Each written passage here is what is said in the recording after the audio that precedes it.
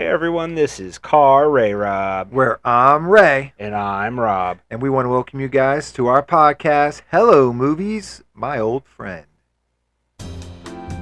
Hello, movies.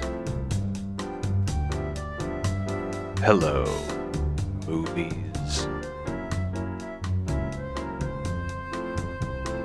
Hello, movies. My old friend. That's right, everyone. As Ray said, this is Hello Movies, My Old Friend. And you know what? Now I'm going to have Ray tell everyone what it is we do here. Me and Rob with this podcast like to go back, find a movie that we remember loving dearly when we were kids but haven't seen probably since then, and seeing if it still holds up, seeing if we still like it. Absolutely. We usually put a cutoff about high school if we can. But, you know, we usually, we have a couple of high school, but we've really tried to reach back. We want to go back. And it's interesting that we have not liked every movie we've come back to. No. Our childhood memory has not proven to be too reliable. Exactly. And sometimes it's for interesting reasons. There's contextual reasons. There's just all kinds of things that can just not age well about a movie. I'm hoping this one that we're going to watch today, Rob, holds up, because it feels like we've been on a kind of a downer streak. So we got to get back. I don't disagree with you. And this is also a really exciting movie for me because this also revisits an actress that I really loved, especially at this period in my life, and that is Whoopi Goldberg. Oh, she was awesome when we were kids. Absolutely. She still probably is awesome, but she was just on fire at this point. Absolutely. This kind of late 80s, early 90s Whoopi Goldberg is really just the peak. Right. Absolutely. As the kids say, peak. As Mr. Kitty Kaiju would say if he were here. Era of Whoopi Goldberg. And we are going to tackle that era with Burglar. Right. We're not going to watch Sister Act because that doesn't fit the rules of our podcast because we've seen that very recently. Agreed. We remember it too well. Same thing with like maybe Ghost, right? Like it's just they're too much of a classic. We're gonna dig back to a movie we loved hers that we haven't checked out. Definitely. And Burglar is it. Burglar is it. And I would say this and Jumping Jack Flash were both major staples of my childhood, and maybe Jumping Jack Flash more so. And that's probably the reason why I think we didn't go with that choice. Is Burglar was a movie that I remember liking, remember watching, but it definitely doesn't sit in my mind the same way that Jumping Jack Flash does. And with Burglar, we get to see Bobcat Goldthwait. Man, I will take any and every opportunity I can to see Bobcat Goldthwait. I've seen him live. Have you really? I have. I've seen him do stand-up live, and it was awesome. I'm interested to see if I think he holds up after all these years. Yeah, well, I mean, he's a great director now. I know that. He's done a lot of great directorial efforts. And but does his comedy style work? I don't remember. I don't know if it will. Right, and Burglar came out in '87. It is a heist comedy, and it is kind of at maybe the pinnacle, if you will, of the Bobcat character. Yeah.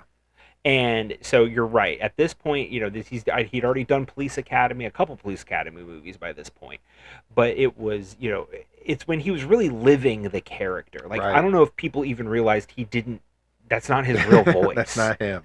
You know, he's not a director today talking like that. Exactly. You know? I was thinking, as we were talking about this, like, we don't really have anybody comparable to him anymore. There isn't people that live their like this persona in real life. Yeah, the three like people did in the 80s. Yeah, the three from this era that I could even think of that were maybe kind of the last people to do it were Bobcat, Pee Wee Herman, Paul Reubens, and Jim Varney.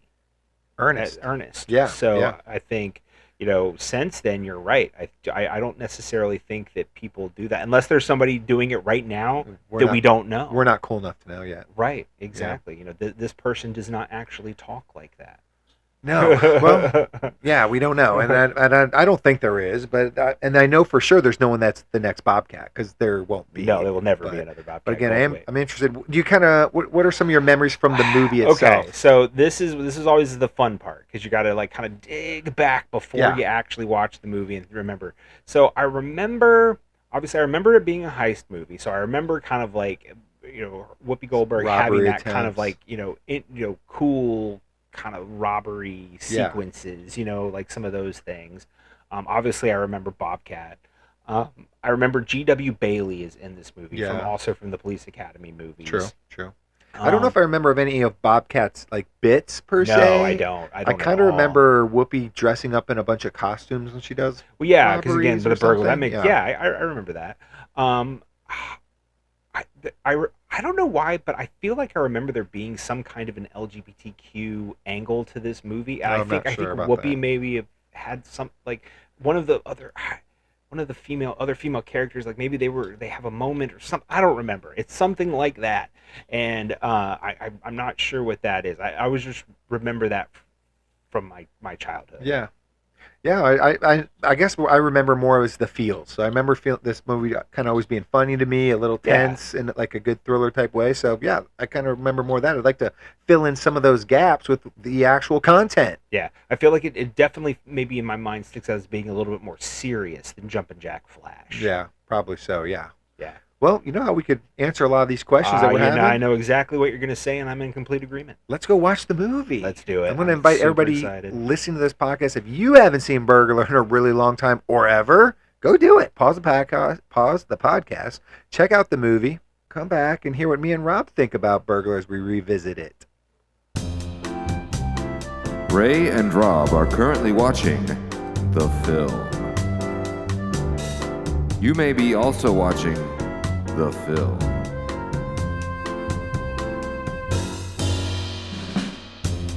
If you're not, then you're listening to me say that Ray and Rob are watching the film. They'll be right back when they're done watching the film.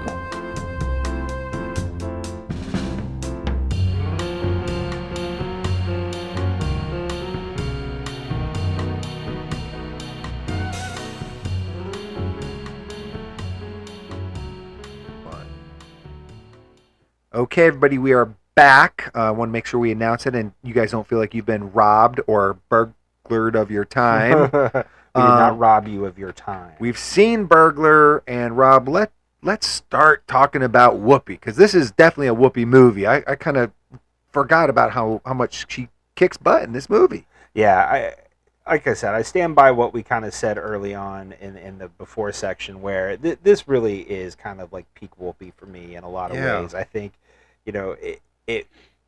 she's funny. She has that charisma. It's not chemistry, charisma that she jumps off the screen. She was a big part of my childhood, not just because of this, but in, like I said, Jumpin' Jack Flash, which came the year before this. I wish I watched this more now. I agree. And then, but I remember her, and even like the comic relief specials that she did with Billy Crystal and Robin Williams. Yes. I mean, I used to watch those all the time when they were on HBO when I was a kid. And, so I love that. I was thinking about this. This was 2 years after she made The Color Purple. Right. So and she won an Oscar for that. She did. Yeah. So it's kind of an interesting thing to kind of still do these types of movies. Yeah. 2 years after you've won an Oscar. Yeah. That's usually where you start only taking, Oscar bait. Right. Yeah. And I don't know if she ever really kind of fell into that kind of trap, but like this is a perfect, I think, lead for her. You know what I mean? Yeah. Like she does a really good job. Like there's this balancing act that she does have to do, which, is like she can be ultra funny at some points of the movie, but she also has to be really tough and a little vulnerable at times too. Like she does it all in this movie. She's really good. I love just like the opening scene when she is convincing the guy that she goes and robs this mafioso guy, and she's in that maid outfit, which is, I kind of thought every like burglary she was in some kind of made up outfit, but really I think it was just this once. Right. But she starts convincing them that she saw the robbers running away, and she's just got so much energy and so much panic and stuff that they buy it and they go away. I'm like, wow, that is classic Whoopi. Yeah, I remember those break-in sequences. There are multiple of those throughout the movie, but you're right. That's the only one that with a costume. But I did remember that. Like as soon as she I saw her in that uniform, I'm like, oh, yep, I definitely remember this stuff that's coming. So that kind of thing definitely stuck out to me. I thought those scenes were good, like the ticking clock aspect of them. Like the guys are going to be gone for 20 minutes. and you see when he turns around early, and Whoopi's going to get herself in trouble, and when she gets locked in the closet because the people come home early. Like, they did a good job with like putting her in those kind of situations where it kind of feels momentarily pretty tense. Yeah, and they do a lot with the background in that early sequence. For sure, I really like how they shot that stuff. Where it's like you see them coming, like she's inside, but through the open door you see the person coming down the driveway and things like that. Like, there's a lot of that stuff in that opening sequence that's super effective. Yeah, and like you said, kind of adds to that tension, that clicking or ticking clock. Yes. I can speak, I swear. But yeah, and it was funny because I'd mentioned in the before section, I remember there being an LGBTQ element to this movie, and I honestly, in my mind, I thought it was Whoopi. I thought Whoopi and the Frankie character by the end were kind of together, and I don't know why I thought that. Well, it is kind of like the lasting memory of them too is like she kind of gets stabbed and Whoopi's looking over her, like protecting her. So kind of maybe that's a lasting image, but they weren't. Right, yeah. I honestly don't know why I thought that, but it's not entirely off base because the Carson character, the lawyer, was clearly having an affair with Chris, the guy who was murdered. So that was part of the movie. It's just not what I did not remember that at all being a thing. Like as a kid, I don't remember thinking of them that they were a couple of any sort. I guess I just completely missed it. Yeah, they're not like overt about it in the explanation either. Like, you do have to kind of be listening to like really kind of get what they're saying. Yeah, but yeah, I thought overall I thought the mystery aspect was pretty good. Yeah, you know what I mean. Like obviously before we started watching the movie, I checked out the IMDb score. Not that means anything, or certainly not everything, and it was rated a 5. So I'm like, golly, there's going to be some like, it's pretty bad. I mean, that's a average, mildly low score, and no, I thought like the mystery part wouldn't have been, I think, what it was. There was a couple easy gets. Yeah. There was like, I think Whoopi at the end when she's like, there's that scene when she was locked in the closet and Chris is banging this girl for a really long time. I rememred that. I totally remember that. When we were watching the movie, I'm like, oh, I totally remember what's getting ready to happen now. Yeah. But Chris puts on a show. But who locks their closet? Honestly. I don't know. I don't even have a door in my closet anymore. But yeah, like he satisfies this woman for a long time, but at the end of the movie, then we're like, Whoopi knew who the girl was the whole time. Like, that part of the mystery was not really, like, information she could have revealed much earlier, but she doesn't. That's fair. Yeah, I can agree with that. Like, I don't know if she knew it was her, but I think it just kind of was in the back of her mind, maybe. She says like, nobody wears perfume like that except you. So that's fair. So you would think that, okay, you would have known that from the beginning. Fair enough.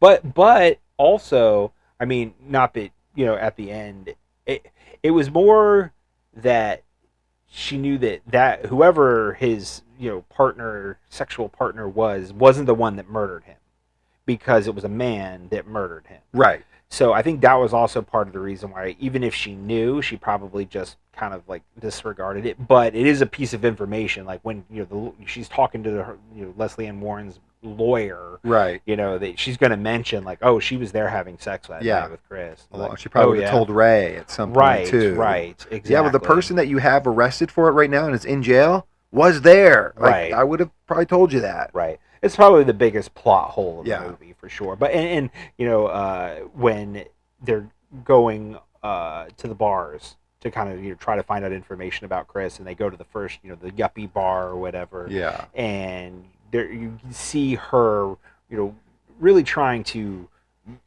make those connections, talk to people, find do detective find somebody that knows Chris. Right. Yeah. But then they go to the next bar. And she just sits down, and all of a sudden, like, she talks to Frankie, who's right next to her, and she doesn't even talk to Frankie. Frankie just announces as she's ordering her drink. She said, "Are these taken?" Yes. She's like, "Well, only if you're a couple of dentists or something." Yeah, as long as you're not dentists, I've had my fill. I'm like, right. Oh, that's exactly what Whoopi needed to hear. Right, exactly. So I think those might be it. As far as like the easiest of the gets, everything else I think was more or less earned. Because I thought, I was kind of like trying to project this low scoring IMDb score onto the movie. So I was like, oh, you know what it is? It's like Lesley Ann Warren's character hired Whoopi to rob Chris's house that night, knowing that Chris would be there. It's all a setup. Right. I think so it's pretty straightforward setup. Yeah. You know what I mean? But that's not the case. Like, that wasn't what happened. No. So I was like, oh, I was pleasantly surprised. I'm like, wait, this movie's tricked me. That's good. Yeah, the mystery was more compelling not than what I remembered. Because again, like I guess when I was a kid, I didn't necessarily think of it that deeply. Yeah, probably you're just following plot point to plot point. Right, exactly. So, but as an adult, and especially one that's more well viewed now, as far as movies go, like I actually thought it was pretty compelling. I did too, because I agree. Kept me engaged. Yeah, I agree with you. Like it's one of those things where you're right.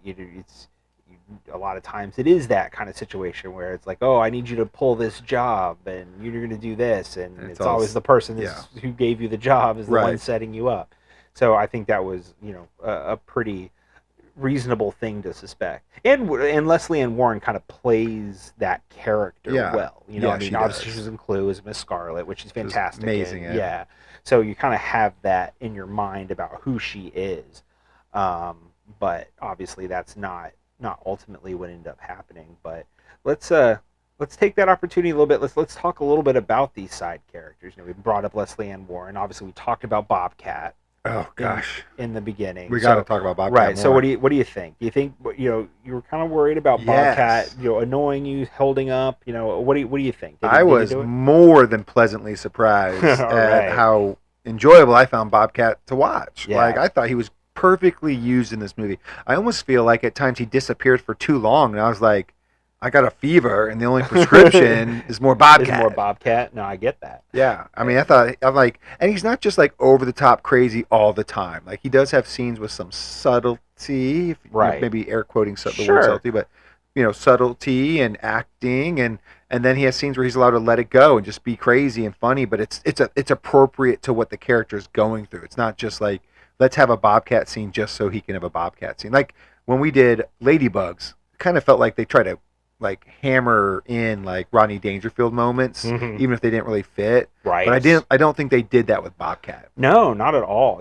I think really the first scene where you have much interaction with him, because he has maybe like one line in that first scene when she's in his shop, his grooming shop, is after Chris is murdered, and she's in her apartment. He comes to see her, and that's a pretty level-headed scene for him. He's clearly worried about his friend, and there's acting in his eyes going on. Right, like he's trying to be helpful, and he's not going full Bobcat. Right. But obviously, there are scenes when he does, when they go to the bars and he drinks, and I don't know why. Speaking of, real fast, I don't know why, but I totally visually remembered as we were watching this movie of him chugging the olive oil.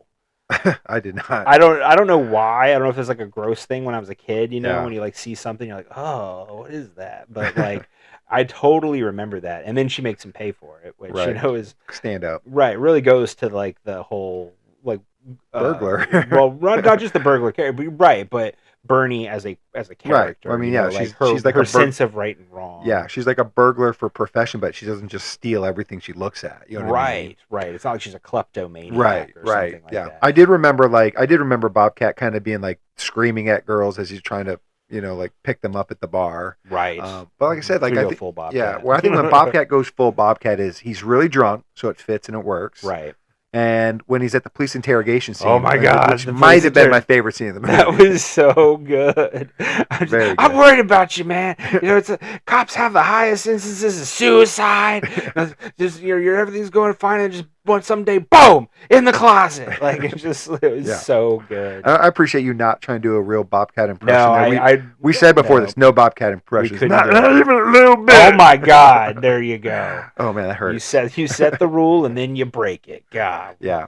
But that was also one of his best lines when he was like banging the lawyer in the head with the trash can. Like we said, only hit him if he moves. Like it did move, just a little bit, just a little bit. Yeah. And then you've got G.W. Bailey in that scene. It's kind of like that whole sequence when they're walking away, Whoopi and G.W. Bailey. The very end of the movie. Right, the very end of the movie, and they're doing their own little gags. He's off screen. Right, and Bobcat's off screen, but you keep hearing the whack of the trash can every so often, and it's so funny. Yes, it is. But I will say, so like as I'm laughing at that background sound effect, I'm also really irked because I do not like that the movie kind of gives Ray this pass. Sure. Where like, I don't like when people give guys named Ray a pass. I don't either. I don't either. It doesn't happen often. So, but yeah, like Ray's a douchebag in this whole movie. He's holding Whoopi like at ransom essentially, or extorting her, or whatever you want to call it. And like at the end of the movie, like none of that's really changed. He's more like getting himself, like he's not saving her by any stretch. Like he's helping her out, but it's mutually beneficial because he's like, cops have figured out that he's in cahoots with her. So it's almost like to clear both their hides. And then he never says like, okay, well, I'm going to stop extorting you. Like he never says that. Like, I didn't like that they were trying to be friendly at the end. Like, I think like he should have got comeuppance too. I can agree with that, especially with with as much animosity as their relationship had at the beginning of the movie. I mean, he's essentially her ghost in this movie, where it's, he's the one holding this over her head, blackmailing her, forcing her to do these jobs so that, she doesn't go back to jail. Right. And I think for a crime she didn't recommit, like he's set her up to look like she did a crime that she didn't do. Right. Exactly. So they kind of try to maybe correct a little bit, when she gives him the information about Graybo, and then he passes it on, and then it obviously he's dead. Graybo's dead, and then makes it look like Ray doesn't know what he's doing. Right, which tricks. And then Ray turns on Bernie, and that whole scene. And in that scene, I feel like is like when they're trying to maybe kind of course correct a little bit with their relationship by the end. But I agree. I don't really feel like they did enough. No. To earn and since we just watched it, the Casablanca ending,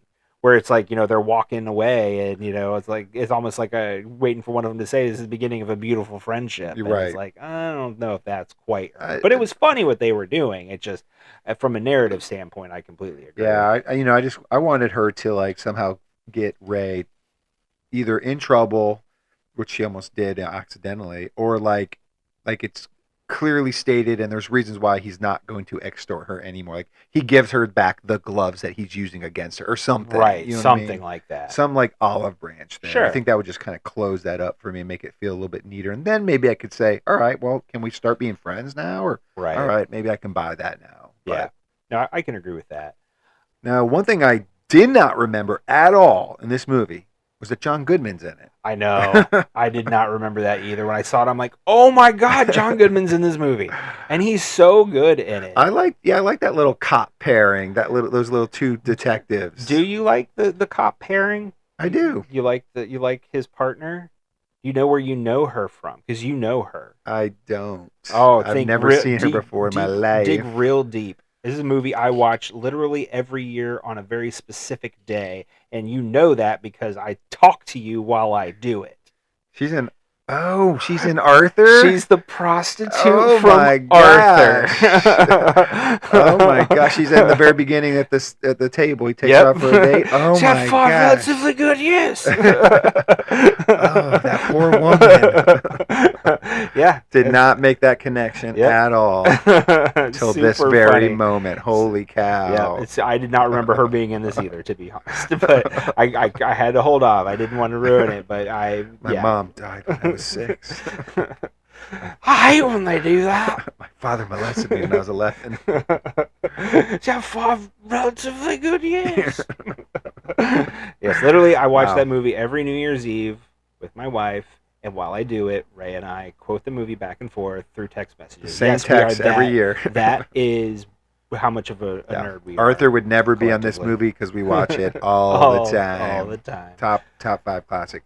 I thought it was funny when she like tried to kick the door in, and then she just didn't work. Yeah. And then I actually thought it was a brilliant little callback. Like, she kicks the door and she falls down the stairs. Nothing is said of it. And about 20 minutes later, out of nowhere, John Goodman says, I'm just gonna say it. You should have had me try to kick the door in. He's like, I know that hurts, but it had to be said. I'm like, the line came completely out of nowhere, and it was brilliantly funny. Absolutely. I loved that whole sequence of the apartment, and I did remember a little bit about that. I remember the panic room idea. Yeah, like the booby trapped apartment. I totally remembered that. Cutting through the door, and like them having then the alarm and all that. Like it. Again, it kind of goes to the Bernie character and just like how smart she's good at this, and and how good she is at this. Yeah, I think the movie does that pretty much in all those scenes. Like she's always like kind of has like the Batman utility belt of like needed things. Like even when she's going through the vents and there's the Doberman bulldog that's just sitting down there, and you're like, oh god, she's gonna crash down on the floor. The Doberman's gonna be all in her face. Yeah. No, Bernie opens the hatch, throws down 3 like Cornish hens or little chickens. It was like the dog's like, oh, go eat go eat this, and Bernie can go do her thing. Yeah, she's always prepared. It's great. Yeah, and the chase, if you will, through the movie, it allows her to be the best aspects of her. So like in that the pre-scene to that, when she goes to Graybo's apartment, and he like tries to basically kill her because he's like, what the hell are you outside my door? Right. The characters she pulls out are so good. Yeah. And she plays them so well, and they're so effective, and it comedically they're so effective in this movie. That's right. Yeah. Just to kind of piggyback on that thought though, because I feel like there was like a part of the movie where it was almost ping ponging like back and forth between a great Whoopi scene, then a Bobcat great like scene, right, and then a great Whoopi scene where she did that with right, because he had a scene with Nobby, the bartender. When I was like, they're both like they keep both like one upping their game and like like trying to. They're not necessarily out acting each other because they're not in like the scenes together almost really right to an aspect, and then but it kind of seems like it just keeps raising the intensity of the jokes, and it's just like they kind of were all hitting there for a little streak. I thought it was really like played off really interestingly. Yeah, I think they were really perfectly casted as a buddy duo. Yeah, I think, and especially when you have like that duo, and then you have the cop duo. I think it's a great kind of juxtaposition between those two sets of characters. Yeah. Like I said, the movie I thought did a really good job with a lot of stuff that I wasn't necessarily expecting them to. Yeah, and obviously being in San Francisco, they had to have the great San Francisco car chase scene. Yeah, because it's just like it's obligatory at this point. If you're having a cop movie or some kind of an action movie in San Francisco, you got to have a car chase all in the hills down San Francisco. The shots are too good to pass up. How do you like the cars are just naturally going to be getting so much air? Like how do you pass that up? You've got to fit it in. Yeah, this was not a bad one. No, it was really good. I thought that it was choreographed really well. Yeah. It felt good, kinetic. I liked Whoopi's. The way that they allowed her to have some comedic moments, like when she's on the bike and she's like yelling at people through the microphone or the bullhorn or whatever to get out of the way and all that. I mean, there's just a lot of good stuff packed into that. Yeah. Again, I kept looking for the cracks. Like, what are people absolutely like not enjoying about this movie? And that was another thing. I was like, not this. This was good. Yeah, you know what I mean? Absolutely. And obviously we kind of get to the end of the mystery, and then. Another thing that I thought I did not remember it at all, but it hit so well for me was the "Here's Johnny" reveal. Yeah. Like that. So that scene, Sheldrake finally gets out of jail. Lesley Ann Warren. She comes home with her lawyer and finds Bernie in her apartment, and like Bernie's kind of doing her summation, if you will, like the detective summation. Right. Everything she's learned that we missed that she figured out. Right. Exactly. And there's that that part of the scene where it's kind of built up to this point where Lesley Ann Warren is just kind of like a wreck because she's like for instigating all of this, she doesn't know really what's happening. Yeah, and it feels like it's going to be the "I got you" for her character. Right. But then all of a sudden, he's got the TV on in the background, and he was trying to turn it off, and then all of a sudden it's the Carson show, and it's like, "Here's Johnny," and she calls him Carson. It's the first time I was going to say in the movie where they used his first name. Yeah. Yep. I was going to say, because the whole time in my notes, I just have him as lawyer guy. And then I kind of was starting to write a note that, his name is Carson. I must have missed that from earlier in the movie. And then it syncs up perfectly with, like, Yeah, the introduction to the Johnny Carson show. They call him Counselor Verrill a lot through the movie because again, that's like a lawyer, how you would refer to a lawyer. So you get to that point in the movie, and it's like the first time he calls him Carson, and it's, here's Johnny, and you see that like mutual, like they both kind of have the thought at the same time. Yeah.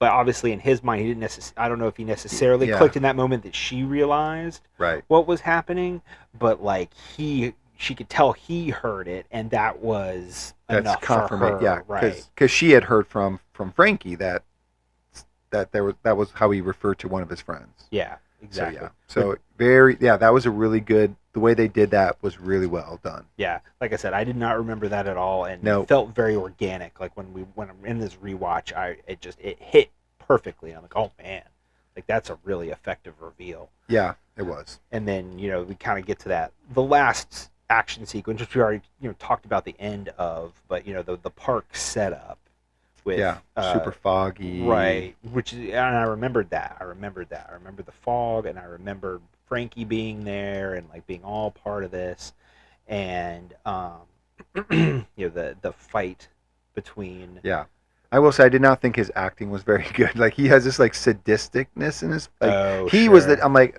when I write him, I didn't write the actor's name, so I apologize for not naming him. But I'm shocked that there's a movie. James Handy.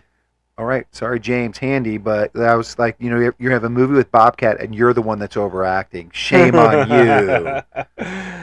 But that's because Bobcat doesn't overact. No, he doesn't. He really just plays Bobcat, which is perfect. Now, I will say, like, I'm like, did I miss something? Like when he was drowning her, when he was, when Carson, the lawyer, was drowning Whoopi, he like drowns her for a good enough time for somebody to be dead. Sure. Movie time dead. And then Whoopi just gets up like, I'm pissed at you now. I'm like, wait, I thought you were dead. Like, I think she was playing dead. But she was underwater. Yeah, but so, she held her breath long enough. I know. I felt like, is she an Olympic swimmer? Did I miss this? Like she could hold her breath for a really long time. I guess that's fair. Like, Carson's like, yep, she's dead. I'm out of here. There's no way she could have held her breath this long. Then she got up. She's like, I did hold my breath that long. Well, clearly he's not a professional at this. So. No, he's struggling. Yeah, maybe he just didn't figure it. He just didn't do it well enough. Right. I mean, but she was mad because he drowned her and ruined her Manilow tapes. Yeah. Because clearly Whoopi Goldberg is a huge Barry Manilow fan. Yeah, of course she's a Manilow fan. Manilow? Barry Manilow. Manilow. Sounds weird if you don't say Barry in front of it. Like, Manilow fan? Okay, whatever. Anyway, speaking of fans, so let's have this final discussion. Are you a fan of Burglars? Like, did this movie hold up to you? Like I said, I went in hopeful because we've been on a little bit of a dry spell. Yeah, we haven't liked a lot of the things we thought we liked. Right. So, guys, tastes change. And, obviously through some of these movies, we found some that have really held up. And we have found some that just have not. And now we have found ourselves here with Burglar. And for me, this movie totally held up. We don't have to agree. But we do. I think it held up too. Like I had a blast watching it. Yeah, I like I said, it was this and Jumping Jack Flash, and I'm sure I watched Jumping Jack Flash more. I definitely did. I can say I did. But now I probably have a deeper appreciation for Burglar than what I did at the time. Yeah. But I am also going to go back and revisit Jumpin' Jack Flash because it's been a minute on that one too. That's great. Yeah, like I would watch this again. Like I will watch Burglar again. Like yeah, I'll be like, sorry, I forgot about you for so long. I won't let that happen again. Yeah, kind of thing. It was great. Like I said, I kept looking for like, why is this movie rated so low on IMDb? What is it that people like obviously don't like about it? And I never really can say I found something. Like, yeah, there's a couple quirks that we mentioned throughout this conversation, but nothing that I think took me out of the movie enough where I was like, oh, that's dumb, or like made me like second guess what I was watching. I was always having a fun time with it. Yeah, absolutely. Maybe it was just because and again, this does sometimes happen. So I mentioned earlier about Whoopi won an Oscar. Sure. And sometimes there are actors who do win an Oscar and then they don't necessarily go back to the Oscar pool. So I said that earlier. They usually do, and that's true. They usually do, but sometimes they don't. And a lot of times when they don't, I feel like people are like, well, what are you doing? Like, why are you making this movie? You know what I mean? This just feels like a bottom of the rung, like throwaway comedy.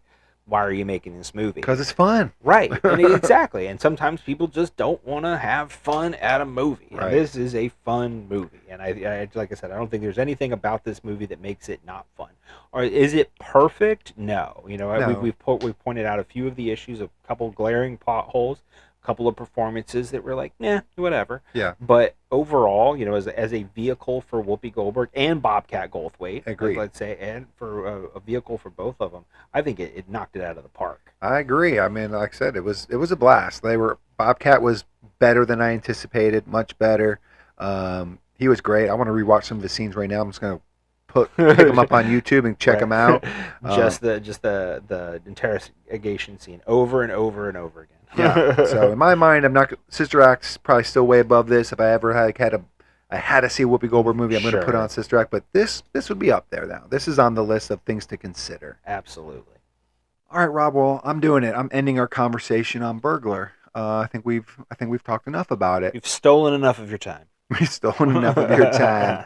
But you guys owe us anything because it would be a crime if you do not like this podcast, subscribe to the podcast, leave us a 5-star review. Also, if you do, we're going to read it live on air someday.